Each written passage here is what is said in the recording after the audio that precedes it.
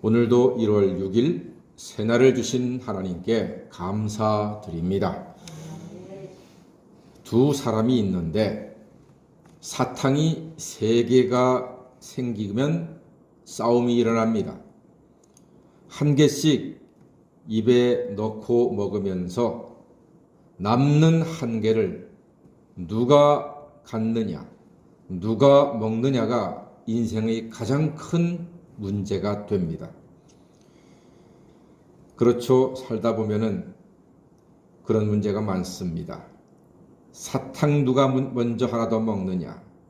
이것은요, 세상의 문제들, 남북의 문제들, 정의의 문제, 이런 문제와는 또 다른 차원의 문제입니다. 오직 남는 사탕 한 개를 누가 먹느냐가 관심이고 싸움입니다. 입에 하나를 먹으면서 왜 싸울까요? 욕심 때문입니다. 지금 내 입에 없으면 그것을 갖고 싶어 하는 것 이해하는데 지금 입에 달콤하게 빨아먹으면서 남는 하나 가지고 싸운단 말입니다. 그 남는 하나가 누구에게 필요한가를 가지고 고민한다면 참 아름다운 모습이겠으나 남는 하나를 내가 먹어야 한다 하는 이 욕심이 생기는 게 문제입니다.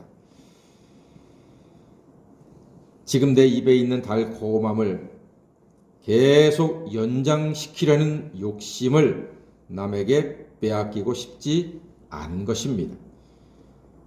반씩 나눠 먹으면 되지 않습니까? 그러면 그걸 나눌 때 누가 나누냐 하는 것입니다. 사람들은요, 나눠 먹기 싫어합니다. 가능하면 내가 다 먹으려고 합니다. 이게 문제가 돼서 다툼이 일어나고 싸움이 일어나고 갈등이 일어납니다. 야고보는 이 욕심, 정욕의 문제를 절묘하게 기도와 연결시킵니다. 자, 2절과 3절 말씀, 야고보 4장 2절 3절 한번 읽어보겠습니다. 시작. 너희는 욕심을 내어도 얻지 못하여 살인하며 시기하여도 능히 취하지 못함으로 다투고 싸우는도다. 너희가 얻지 못함은 구하지 아니하기 때문이요 구하여도 받지 못함은 정욕으로 쓰려고 잘못 구하기 때문이라. 예, 아주 정확하게 지적을 하고 있습니다. 욕심을 내도 얻지 못하는 것은 뭐라고요? 구하지 않기 때문이라 했습니다. 그럼 구해도 얻지 못하는 것은 무엇으로 쓰려고? 정욕으로 쓰려고 잘못 구하기 때문이라 말씀합니다. 그러니까 구하는 것은 정욕을 위해서가 아니라 하나님의 영광을 위해서 구해야만 할 줄로 믿습니다. 먹든지 마시든지 하나님의 영광을 위해서 하는 것이 가장 아름답습니다.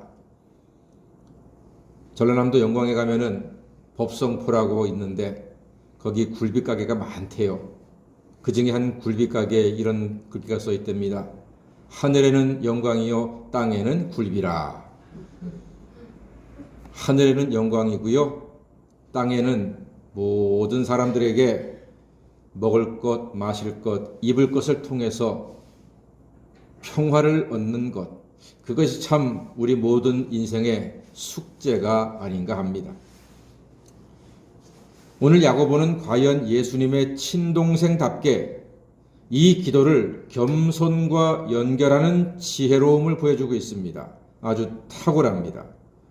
하나님께 기도하는 것을 겸손이라고 이야기하고 있습니다. 하나님께 기도하는 것을 뭐라고요? 겸손이라고 이야기합니다. 즉, 이 말은 교만한 사람은 기도를 한다, 안 한다? 안 한다. 교만한 사람은 기도하지 않습니다. 왜? 내가 할 수 있으니까. 내 돈이 할 수 있으니까. 내 능력이 할 수 있으니까. 내 수단으로 충분하니까 이 교만이 있으면 하나님께 기도하지 않습니다. 그러나 성경은 말합니다. 하나님은 겸손한 자에게 은혜를 주신다고 했습니다. 즉 기도하는 사람, 하나님 나는 부족합니다. 연약합니다. 도와주세요. 하나님 나를 붙들어 주세요.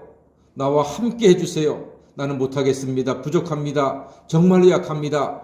간절히 기도할 때 하나님께서 그 간절함으로 기도하는 겸손함에 은혜를 주실 줄 믿습니다. 그것이 오늘 6절 말씀 아닙니까?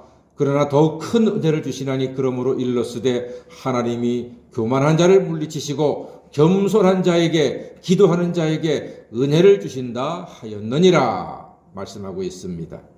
그래서 하나님께 기도하는 겸손한 사람은 7절에 있는 말씀처럼 하나님께 복종함으로써 우리의 삶을 흔들고 깨뜨리고 망가뜨리려고 하는 마귀를 대적하여 승리하는 하나님의 자녀가 되는 것입니다. 7절에 말하지 않습니까? 7절 다 같이 읽어보겠습니다. 시작. 그런즉 너희는 하나님께 복종할지어다. 마귀를 대적하라. 그리하면 너희를 피하리라. 아멘. 마귀를 대적하기 위해서는 어떻게 하라고요? 하나님께 복종해라. 하나님께 복종하는 가장 좋은 방법은 기도하는 것입니다. 나를 맡기는 것입니다. 하나님께 의지하는 것입니다. 예, 에베소서 6장에서는 마귀를 대적하려면 하나님의 전신갑주를 입으라고 합니다. 하나님의 전신갑주, 온 몸에 하나님의 갑주를 입어야 합니다. 자, 아래서부터 한번 올라오겠습니다. 다 같이 복음의 신, 진리의 띠, 의의 흉배, 구원의 투구, 믿음의 방패, 성령의 검 곧 하나님의 말씀. 예, 그렇습니다. 복음의 신, 예수가 이 땅에 오셔서 우리 죄를 위하여 십자가에 지시고 죽으셨다 사흘 만에 부활하셨다고 하는 소식이 바로 복음입니다. 진리의 띠, 예수께서 내가 곧 길이요 진리라고 말씀하셨습니다. 의의 흉배, 예수를 믿으면 죄사함 받고 의롭다함을 얻습니다. 구원의 투구, 예수를 믿는 사람이 구원을 받는 것입니다. 믿음의 방패, 예수가 나를 십자가에 죽으시고 부활하셨음을 믿는 사람이 구원을 받습니다. 성령의 검 곧 하나님의 말씀, 말씀이 육신이 되어 우리에게 오신 분이 바로 예수이십니다. 그러므로 이 하나님의 전신갑주는 곧 누구를 말하는 것입니까? 예수를 말하는 것입니다. 예수로 옷 입고 예수와 함께하고 예수를 믿고 우리가 예수 안에 거할 때 예수의 이름으로, 예수의 권세로, 예수의 능력으로 악한 마귀 사단을 완벽하게 제압하고 승리하는 하나님의 자녀가 될 줄로 믿습니다. 이것이 바로 형통한 사람의 삶입니다. 오늘 야고보 사도는 10절에서 주 앞에서 낮추면 주께서 우리를 높여주신다고 했습니다. 주 앞에서 낮추라. 그리하면 주께서 너희를 높이시리라 했습니다. 우리가 예수로 옷 입으면 되는 것입니다. 예수로 옷 입으면 주께서 우리를 높이십니다. 늘 예수의 이름으로 예수의 십자가와 부활을 믿으면 되는 것입니다. 그것이 바로 예수 안에 사는 것입니다. 설악산 케이블카 타보셨습니까? 권금성까지 순식간에 편안하게 금방 올라갑니다. 예수가 우리의 케이블카입니다. 예수 안에서 예수의 십자가와 부활을 믿으면 하나님의 능력을 힘입어서 하나님의 은혜와 축복의 산에 신속하게 편안하게 오르게 되는 것입니다. 그러므로 겸손히 주를 믿어 주 안에서 날마다 하나님이 높여주시는 행복한 사람, 평안한 인생 되시기를 주의 이름으로 간절히 축원합니다. 아멘. 기도하겠습니다.